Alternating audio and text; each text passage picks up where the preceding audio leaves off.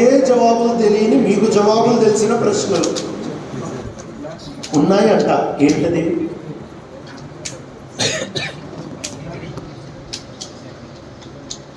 ఆలోచించి చెప్పాలి. యోహాను రాసిన మొదటి పత్రికపై మీకు జవాబులు తెలిసారు. చెప్తాడు. Very good. ఎన్ని వచనాలు ఉన్నాయి ఆయనకు కూడా తెలియదు, మీకు తెలుసు. రెఫరెన్స్లు ఆయనకు కూడా తెలియదు, మీకు తెలుసు. ఎందుకు అని అంటే ఆయన రాసేటప్పుడు వచనాలు రెఫరెన్స్లు రాయలేరు. ఉత్తరంలో ఎవరు రాయరుగా వచనాలు రెఫరెన్స్లు. మీరు ఎప్పుడైనా చాటింగ్ చేసేటప్పుడు chapter number 1 verse number 1 praise the Lord, chapter number 1 verse number 2 బాగున్నావా అని చాటింగ్ చేస్తామా? లేదు కదా.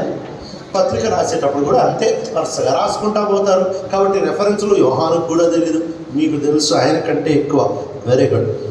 చాలా తక్కువ టైం ఉంది నా దగ్గర.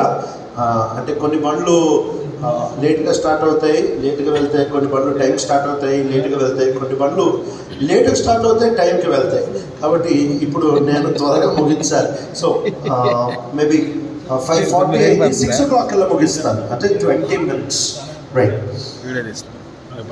మీరు ఎక్కువసేపు కూర్చోలేరు. ఆల్రెడీ పొద్దున్న నుంచి వింటా వచ్చారు.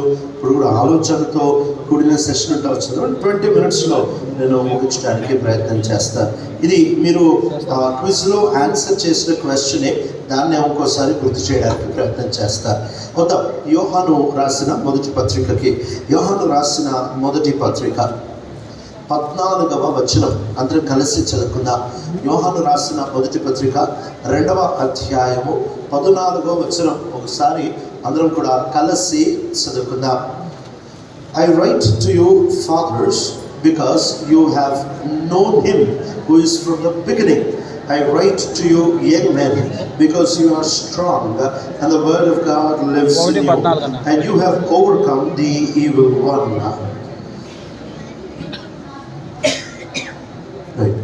ఇక్కడ ఆయన చాలా క్లియర్గా యవనస్తులకి రాస్తా ఉంటున్నాడు. యవనస్తులకి రాస్తా 3 మాటలు చెప్తా ఉంటున్నారు. మీరు బలవంతుడు. రెండోది, దేవుని వాక్యం మీలో నివసించుచున్నది. మూడోది, మీరు శత్రువుని లేక దుష్టుడిని జయించి ఉన్నారు అనే ఈ 3 మాటలు యవనస్తులకి ఆయన రాస్తా ఉంటున్నాడు. అంటే ఈ 3 మాటలకి చాలా ప్రాముఖ్యమైన సంబంధం ఉంది అనే సంగతి మనం గుర్తుపెట్టుకోవాలి. ఈ 3 మాటలకి ఆధారం ఏంటి అని అంటే మధ్యలో ఉంటున్న రెండవ మాట. రెండవ మాటను బట్టి మొదటి మాట సాధ్యం, రెండవ మాటను బట్టి 3వ మాట కూడా సాధ్యం. ఇప్పుడు ఒక యవనస్తుడే ఉన్నాడు అనుకుందాం. ఒక యవనస్తుడు ఉన్నాడు అనుకుందాం. 6 pack, మంచి బైసెప్స్, మంచి కండలు తిరిగిన యవనస్తుడు. ఆ యవనస్తుడిని పట్టుకొని, అరే నీకు కండలు మండే వచ్చాయా, ట్యూస్డే వచ్చాయా, వెడ్నెస్డే వచ్చాయా, థర్స్డే వచ్చాయా, ఫ్రైడే వచ్చాయా, సాటర్డే వచ్చాయా, సండే వచ్చాయా అంటే ఏమంటాడు? ఏ రోజు కండలు వస్తాయి? మండేయా, ట్యూస్డేయా, వెనస్డేయా, థర్స్డేయా, ఫ్రైడేయా, సాటర్డేయా, సండేయా? ఏ రోజు కండలు బాగా వస్తాయి? ఈ భాషలో మిమ్మల్ని అడుగుతారు. ఒక పాప ఉంది, పొడుగు జడుంది. ఆ పాపని, అమ్మ నీకు ఇంత పొడుగు జడ ఎప్పుడు పెరిగింది? మండేయా, ట్యూస్డేయా, వెన్స్డేయా, థర్స్డేయా, ఫ్రైడేయా, సాటర్డేయా, సండే అంటే ఏ రోజు?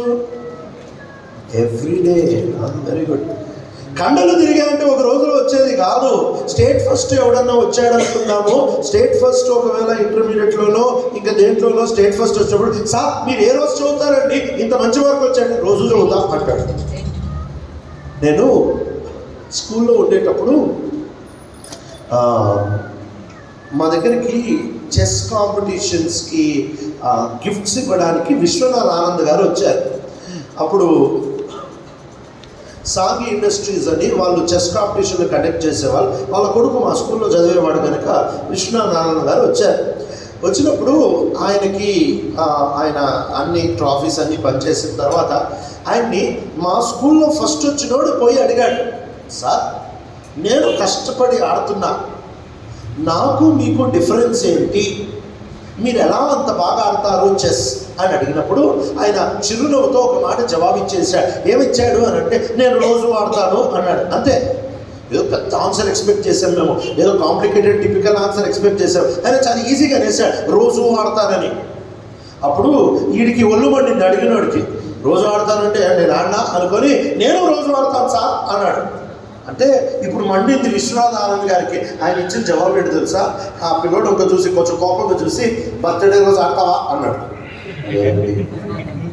నీకు బాగలేక హాస్పిటల్ అడ్మిట్ అవుతే ఆడతావా అన్నాడు. లేదండి. హాలిడేస్ అప్పుడు ఆడతావా అన్నాడు. లేదండి, ఆ రోజు కూడా ఆడతాను నేను అని వెళ్ళిపోయాడు. ఎంత నిజం కదా. ఆయన అంత బాగా ఎందుకు ఆడతాడంటే రోజు ఆడతాడంట. ఈరోజు మన జీవితాల్లో వాక్యము రోజు అనే మాట బాగా గుర్తుపెట్టుకోండి. రోజు 4 విషయాలు చెప్తా.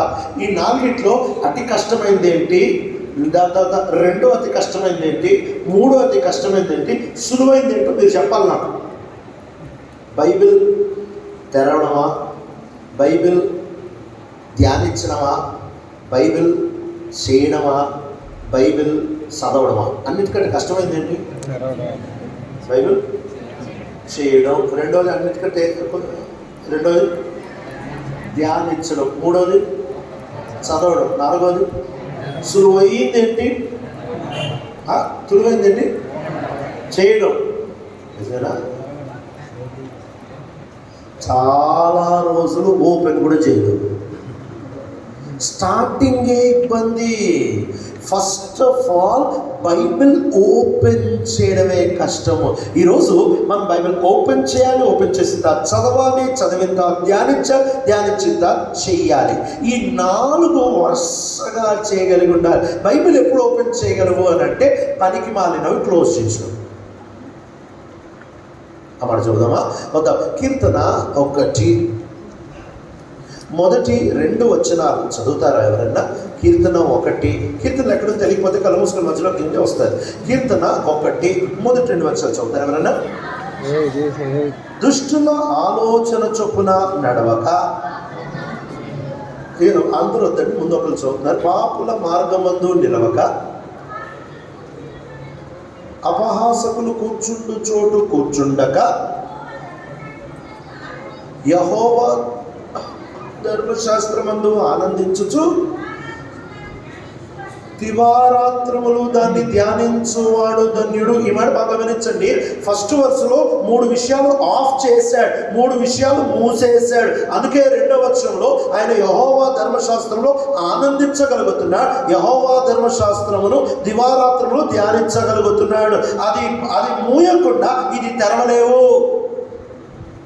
ఎన్నోసార్లు మన ఆత్మీయ జీవితాల్లో మనం బైబిల్ని అర్థసహితంగా తెరవకపోవడానికి గల కారణం ఏంటో తెలుసా? ఆయన పందుల ముందు ముత్యాలు వేసేవాడు కాదు, ఆయన కుక్కలకి ప్రతిష్ఠితమైంది ఇచ్చేవాడు కాదు. కనుక నువ్వు కనుక నీ విలువైన టైంని, నీ విలువైన విషయాలని లోకంలో పనికి మాలిన వాటి కొరకు ఖర్చు పెట్టేసి అంతా అయిపోయిన తర్వాత ఆయన దగ్గరికి వచ్చి ఇప్పుడు నీ సంగతి ఏంటో చెప్పు అంటే సంగతులేమి లేవు పోయిరా అంటాడు. జ్ఞానం అంట సామెతల్లో ఉంటుంది, వీధుల్లో కేకలేస్తుందంట, నా యొద్దకి రండి, నా దగ్గర నుంచి నేర్చుకోండి అంటే ఎవడు రాలేదంట. అప్పుడు జ్ఞానం ఏమంటుందో తెలుసా? చూద్దామా? సామెతల గ్రంథానికి వద్దాము. ప్రావర్బ్స్, సామెతలు 1:24 వచనం నుంచి చదువుతారా? నేను పిలువగా మీరు వినకపోతే, నా చేయి చాపగా ఎవరినూ లక్ష్య పెట్టకపోతే, నేను చెప్పిన బోధ ఏమీ మీరు వినక త్రోసివేసింది.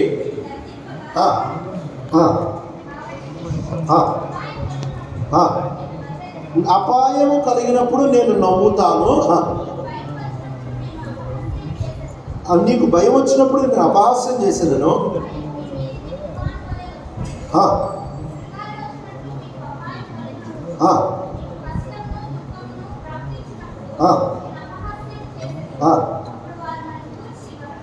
అప్పుడు వారు నన్ను గూర్చి మొరపెట్టుదురు కానీ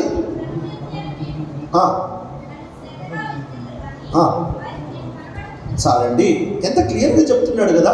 నేను దొరికేటప్పుడు ఆ టైంని ఉపయోగించుకోకుండా, నేను అందుబాటులో ఉండేటప్పుడు ఆ టైంని ఉపయోగించుకోకుండా, టైం అయిపోయిన తర్వాత వచ్చి ఏడుస్తే, విపత్తు వచ్చినప్పుడు వచ్చి ఏడుస్తే, ఆపత్తు వచ్చినప్పుడు వచ్చి ఏడుస్తే, నేను కూర్చొని నవ్వుతాను, నేను అపహాసం చేస్తా, వాళ్ళు ఎతికినా నేను దొరకను, వాళ్ళు మొరపెట్టినా నేను జవాబు ఇవ్వను. ఈరోజు బైబిల్ ఎందుకు తెరవలేకపోతున్నాం అని అంటే, పనికి మాలిన దానికి టైం ఇస్తూ దేవునికి కూడా టైం ఇవ్వడం. రెండు దేవుడు ఒప్పుకోడు, అటన్నా ఇటన్నా అంటాడు అంతే. లౌదీషియా సంఘంతో అంటున్నాడు, నువ్వు వేడిగానన్నా ఉండు, నువ్వు చల్లగానన్నా ఉండు, రెండింటి మధ్యలో సమ్మగా ఉండొద్దు అని అంటున్నాడు. ఓ రోజు ఒక ఊరెళ్ళా, మందిరం లేదు అక్కడ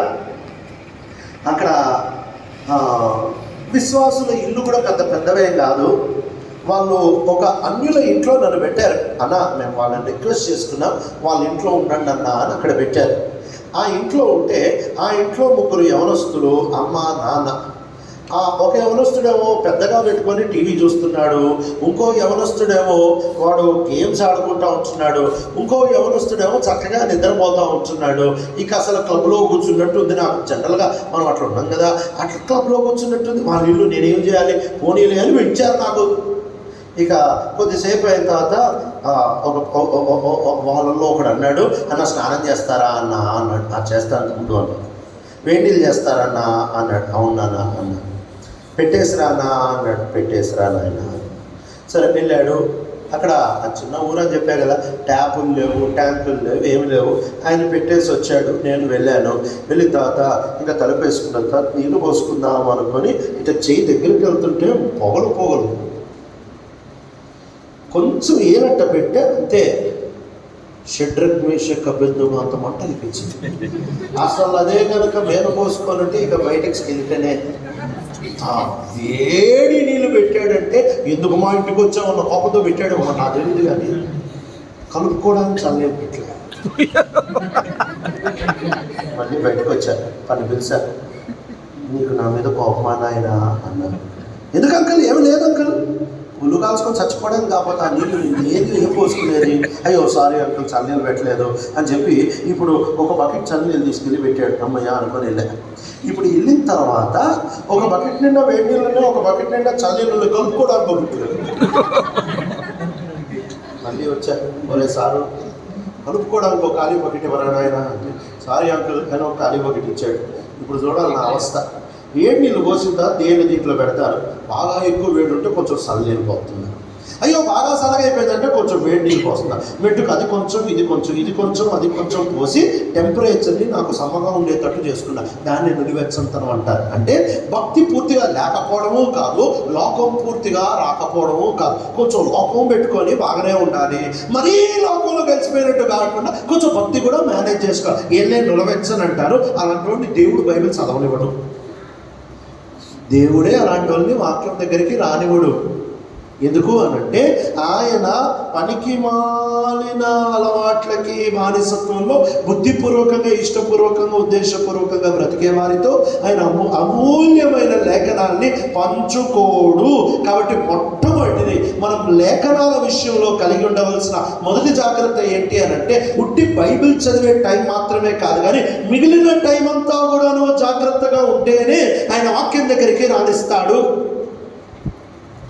అందుకనే ఇర్మియా తన యొక్క జీవితం గురించి చెబుతూ అంటాడు, అపహాసము చేయవారితో నేను కూర్చోలేదు అని చెప్తూ, ఉల్లసించే వారితో నేను ఉల్లసించలేదు అని చెబుతూ దేవుడు తన వాక్కు నా నోట్లో పెట్టాడంట. అంటే దేవుడు తన వాక్యాన్ని ఎవరికి ఇస్తారంటే, ఉట్టి బైబిల్ చదివే టైంలో బాగుండే వాళ్ళకి కాదు, మిగిలిన 24 గంటలు కూడా బాగుండే వాళ్ళకి. మనం ఓన్లీ బైబిల్ చదివే టైం, క్వైట్ టైం, ప్రార్థన చేసే టైం, మిగిలినంతా నా ఇష్టం కాదు. నీ 24 గంటలు బాగుంటేనే ఆయన పుస్తకం దగ్గరికి ఆయన రాణిస్తాడు. అందుకనే చాలాసార్లు మనం బైబిల్ పట్టుకుంటాం, చదువుదాం అనుకుంటాం, తీయలేవు. బైబిల్ తీయడం కూడా సాధ్యం కాదు. జిప్పు కూడా తీయలేవు బైబిల్ని. ఎందుకు అనంటే, నువ్వు ఆ రోజంతట్లో ఏదో ఆయనకి నచ్చంది చేశావు. ఈరోజు ఈ కంపార్ట్మెంటల్ అంటే ఈ టైం నీది ప్రభా, ఈ టైం నాది ప్రభా, ఈ టైం మా ఫ్యామిలీ ప్రభా, ఈ టైం మా స్నేహితులది ప్రభా, ఈ టైం నా ఫోన్ది ప్రభా, నువ్వు ఇక్కడే అక్కడికి రావద్దు అని అంటున్నామేమో. అలా పనిచేయదు. దేవుడు సమస్తము ఆయన అధికారం కింద ఉంటేనే ఆయన పనిచేస్తాడు, లేకపోతే ఆయన పనిచేయడు. ఈరోజు బైబిల్ ఎందుకు తెరవలేకపోతున్నావు అని అంటే షార్ట్స్ కారణమేమో, రీల్స్ కారణమేమో, ఇన్స్టా కారణమేమో, యూట్యూబ్ కారణమేమో, ఫేస్బుక్ కారణమేమో, వాట్సాప్ కారణమేమో, స్టేటస్లు చేంజ్ చేసుకుంటూ ఉండే పిచ్చి కారణమేమో, ఏం పిచ్చి ఉందో తెలియదు కానీ ఆ చిన్న పిచ్చే నిన్ను వాక్యం దగ్గరికి దేవుడే రానివాడు. కాబట్టి మొట్టమొదటిది నువ్వు కొన్ని ఆఫ్ చేయాలి. ఏం ఆఫ్ చేయాలి చదివాము కీర్తన 1:1. ఒకసారి మళ్ళీ చదువుతారా తల్లి? ఏమేమి ఆఫ్ చేస్తే కానీ నువ్వు బైబిల్ తెరవగలవు? దుష్టుల ఆలోచన చొప్పున నడవక అనంటే మన భాషలో ఒకవేళ దావీదే గనక 2020వ సంవత్సరంలో గనక బ్రతికుంటే, ఆయన కీర్తన 1 గనక 2024వ సంవత్సరంలో రాసుంటే ఆయన అనేవాడేమో హారర్ మూవీలు చూడక,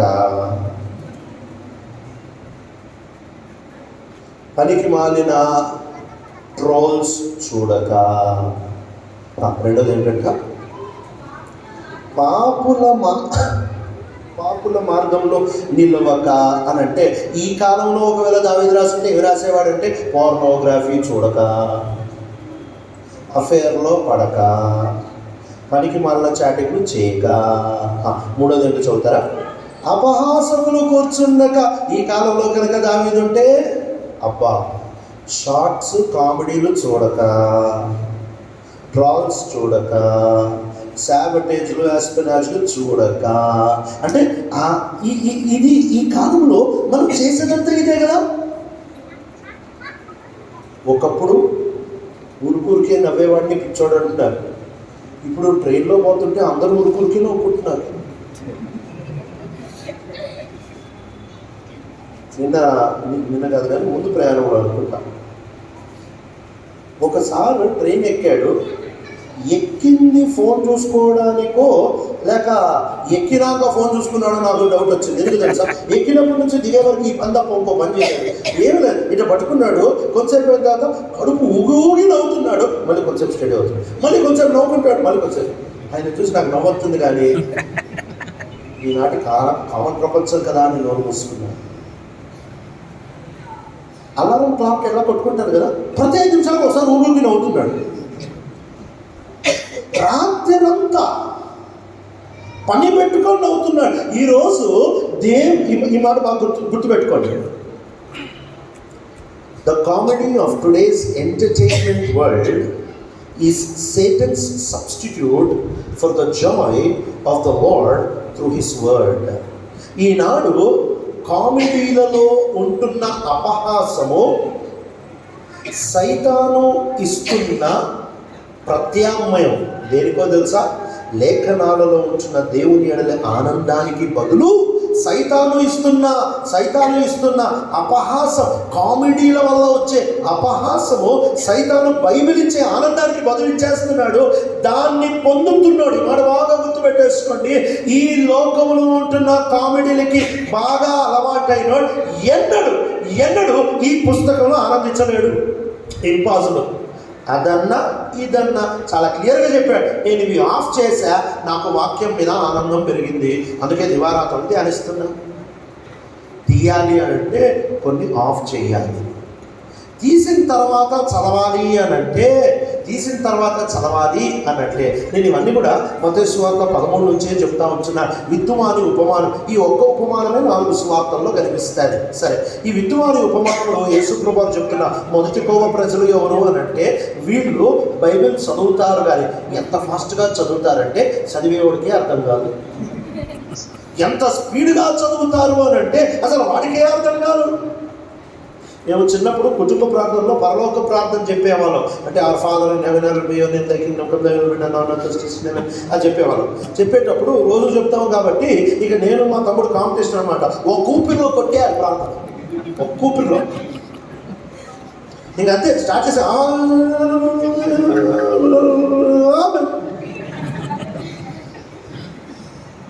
చేసాం. నేను ఫస్ట్ చేశాను. తర్వాత అట్లా ఇది కాంపిటీషన్కి ఇచ్చిన ప్రార్థన కాదురా నాయన, ధ్యానించి చేయడానికి ఇచ్చిన ప్రార్థన. ఈ రోజుల్లో ఎంత స్పీడ్గా వస్తున్నాము అని అంటే అంత ఖాళీగా వెళ్ళిపోతున్నాం. ఒకవేళ కనుక పరవన్నము లేకపోతే పెద్ద బ్యాంక్వెట్ హాల్లోకి నిన్ను తీసుకుని వెళ్ళి ఇదిగో ఈ భోజనాలన్నీ నీవే. కానీ ఒక చిన్న కండిషన్, 5 seconds నువ్వు ఎంత తినగలవో అంత మాత్రం నీదే. ఆ పిలిచినాడు లాగేమో ఒకటి, నీకేమన్నా ఎంత భోజనాలు పెట్టి 5 seconds అంటే తింటారు, తినడానికి టైం పడుతుంది కదా. పుస్తకం దగ్గరికి వచ్చేటప్పటికి ఎంత త్వరగా వస్తాము. కొంతమంది పుస్తకం ఎందుకు చదువుతారు తెలుసా? దుకాణానికి కొంతమంది గుమ్మడికాయ కడతారు. ఎందుకు కడతారు? అయ్యో చెప్పరే, మీ ఊర్లో కడతారా ఏంటి? దిష్టి. కొంతమంది బండికి నిమ్మకాయ మిరపకాయ కడతారు. ఎందుకు? దిష్టి. చాలామంది క్రైస్తవులు నిమ్మకాయ ఇదే. బైబిల్ చదవకపోతే యాక్సిడెంట్ అవుద్దేమో, బైబిల్ చదవకపోతే కలిసి రాదేమో, బైబిల్ చదవకపోతే మేలు జరగదేమో అనుకో ఊరికే కళ్ళు మూసుకొని టేస్తారు, ఒకటి చదువుతారు, దేవుడు నాతో మాట్లాడడానికి వెళ్ళిపోతారు. తినేదేమో ఎంత, చదివేదేమో కురుకురే ప్యాకెట్. ఇలా ఒకడు ఉన్నాడట. నా టైం అయిపోయింది, ఒక 10 నిమిషాలు. ఒకడు సిగరెట్ తాగుతా కూర్చున్నాడట. సిగరెట్ తాగుతా కూర్చుంటే దారిలో క్రైస్తవుడు పోతా చూసి, అరే నువ్వు క్రైస్తవుడువేనా అన్నాడంట. అంటే వాడు అవును అన్నాడంట. మరి క్రైస్తవుడు అయితే సిగరెట్ తాగుతావేంట్రా, బైబిల్లో ఉంది సిగరెట్ తాగకూడదు అన్నాడంట. అనేటప్పటికి వీడు షాక్ అయ్యాడంట. బైబిల్లో సిగరెట్ తాగొద్దని ఉందా అనుకొని ఎక్కడుంది అన్నాడంట. అంటే వాడు అన్నాడు నువ్వే చూసుకోపో అన్నాడంట.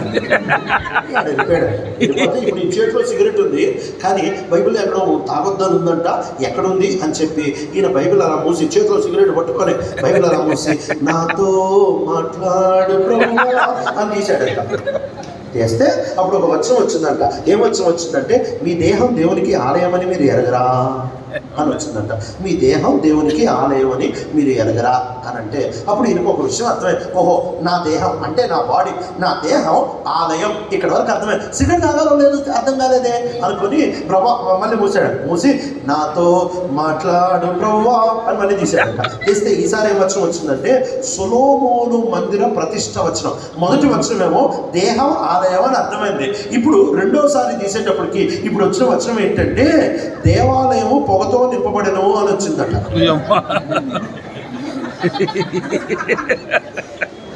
ఎంత స్పష్టంగా ఉంటే దేహం ఆలయం అని, ఆలయం పొగతో నింపుకోవాలని ఇంత స్పష్టంగా ఉంటే ఎవడరా చెప్పాడు నీకు సిగరెట్ తాగకూడదు అని? దేవుని చిత్తానుసారంగా సిగరెట్ తాగేసేట. ఇలా బైబిల్ చదవకూడదు. బైబిల్ వరుసగా క్రమంగా టైం తీసుకొని కూర్చొని చదవాలి. బైబిల్ మొట్టమొదటిది వేరే ఆఫ్ చేస్తేనే చదవగలవు. రెండవది బైబిల్ దగ్గర కూర్చొని వరుసగా క్రమముగా టైం తీసుకొని చదివితేనే చదవగలవు. నువ్వు టైం తీసుకోకుండా హడావిడిగా బైబిల్ చదివితే ఏమవుతుంది తెలుసా? చదవా మత్తయి సువార్త 13వ అధ్యాయం. నువ్వు హడావిడిగా బైబిల్ చదివితే మీ ఇంటికి ఒక ఆయన వస్తాడు. నువ్వు హడావిడిగా బైబిల్ చదివిన ప్రతిసారి మీ ఇంటికి ఒక ఆయన వస్తాడు. ఆయన ఎవరో తెలుసా? వస్తున్నాం. మత్తయి సువార్త 13వ అధ్యాయం 19వ వచనం చదువుతారా అమ్మా?